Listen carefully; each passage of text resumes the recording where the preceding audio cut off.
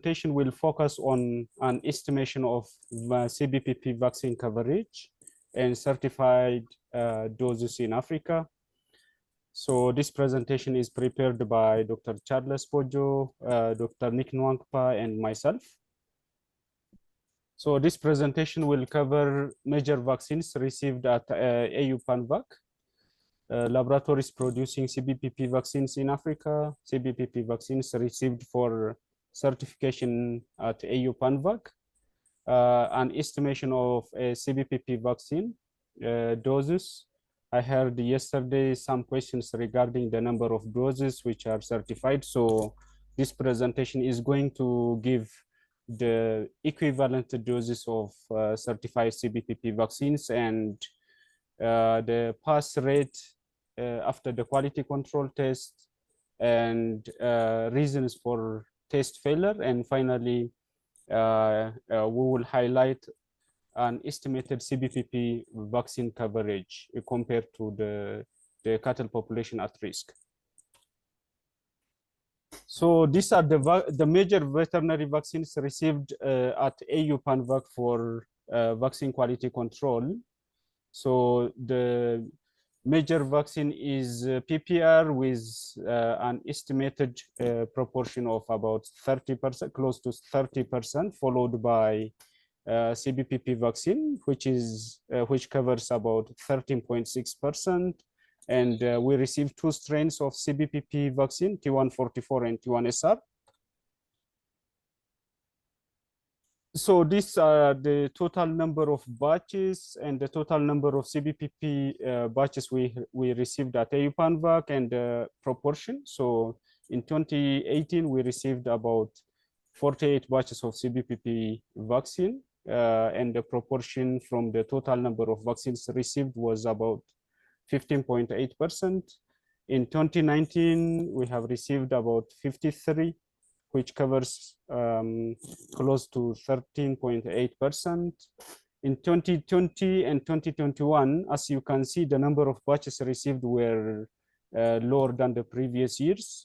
This is mainly due to the COVID pandemic.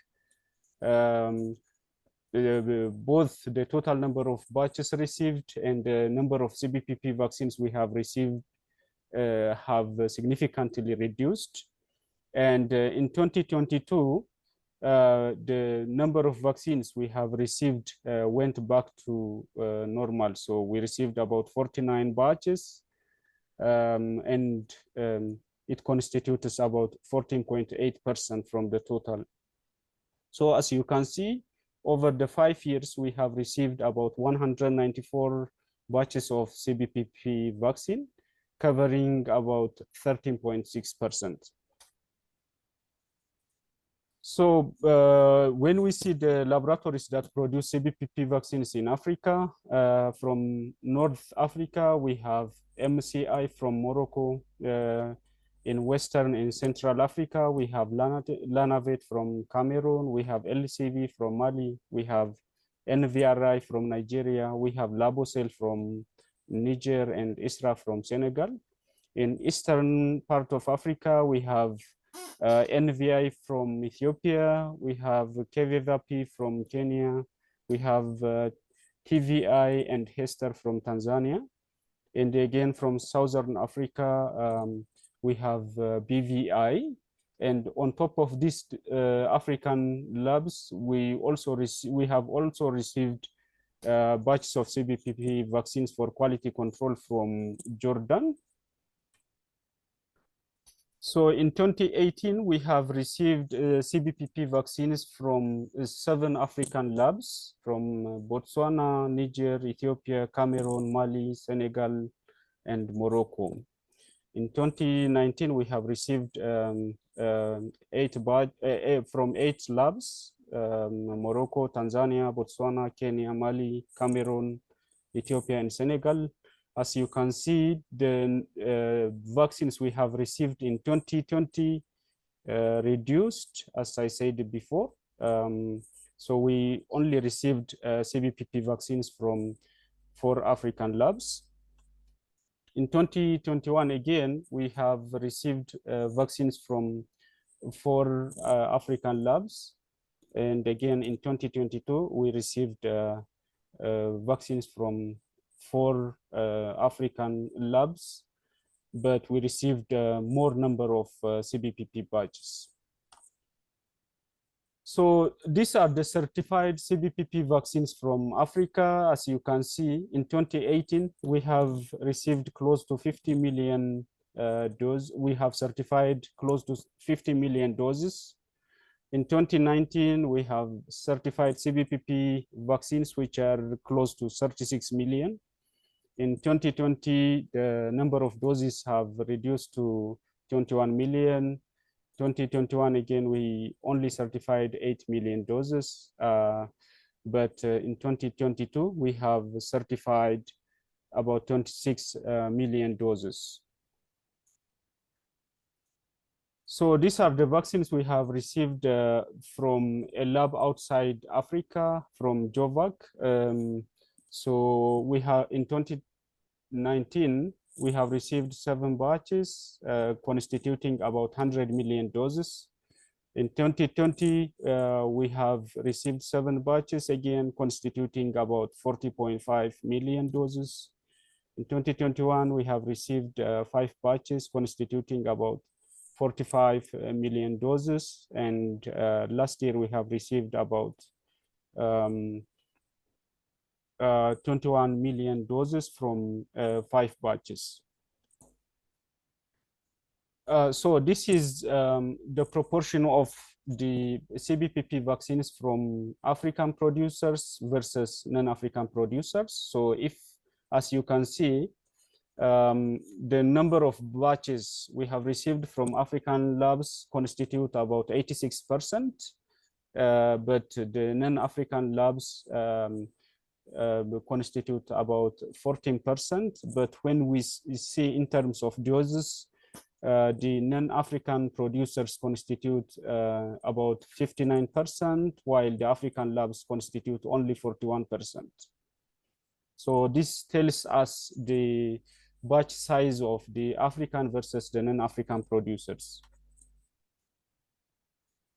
When we see the proportion of the 2 strains certified, so in terms of doses, in 2018, we have certified about 37.8 million doses of T144 vaccine, which constitutes about 77%, while the T1SR constitutes about only 23%, with a total number of doses of 11.3 million. In 2019, we certified about 112.12 million doses of T144 vaccines, constituting about 82%, while we certified about 23.97 million doses of T1SR, constituting about 17.6%. In 2020, T144 constitutes about 97.3%, while T1SR constitutes only 2.7%. In 2021, T144 constitutes about 85%, while T1SR constitutes about 14.8%. In 2022, again, T144 constitutes about 83.2%, while T1SR constitutes about 16.8%. So in terms of the total number of doses, both from African and non-African producers, was about 49.134 million doses in 2018. It was about, the highest was in 2019, which was about 136 million doses. In 2020, it was 61.8 million doses. In 2021, it was about 53 million doses, while it was 47.425 million doses in 2022. So when we look at the pass rate of the CBPP vaccine, in 2018, it was about 75%. That means 25% of the vaccines we have received failed for quality control tests. In 2019, it increased to 83%. And again, in 2020, again, it has increased to 92.9%, but it significantly reduced to 62.5% and with 61.2% in 2021 and 2022. When we see the average pass rate for CBPP vaccine, it was about 75%. So as you can see, 25% or 1/4 of the vaccines we have received for testing failed for quality control tests. So when we look at the reasons of CBPP vaccine failure, the main reason is potency, reduction in potency, meaning low in the titer of the vaccine, which constitutes about 86%, while 8% of the batches failed for potency and sterility combined, while only 6% failed for sterility. So as you can see, most of the vaccines are failing due to the problem in potency. When we see the estimated CBPP vaccine coverage, the cattle population in Africa at risk of CBPP infection is estimated to be about 256 million cattle heads. If we vaccinate 80% of this cattle population at risk, it should be at least 200 million cattle, which is equivalent to 200 million doses. But when we see the number of doses we have certified over the past 5 years, in 2018, it only covered 24.6% of the cattle population at risk. I mean, the 80% of the cattle population at risk. In 2019, that was the highest proportion we certified, which covers about 68.1%. In 2020, it covered only 30.9%. In 2021, it was about 26.7% compared to the 80% of the cattle population at risk, while it was about 23.7% in 2022. So as we can see, the vaccine coverage is still very low, ranging from 26 to 68% per year. So as we know, CBPP provides an immune protection only for a year, and animals should be vaccinated at least once in a year, but the vaccine coverage is very low. In conclusion, CBPP vaccine pass rate is around 75%, which is really significantly lower than the total number of batches, the average pass rate for the total number of vaccines tested. And as we saw, the main cause of failure was mainly due to potency, which constitutes about 86%. Therefore, we need to really assist our laboratories to improve the quality of the CBPP vaccine. So as we also saw, there is a gap between the certified vaccine batches we received versus the required number of doses to vaccinate 80% of the cattle population at risk. There is also a need to increase the CBPP vaccine production capacity in most, especially in most member state laboratories.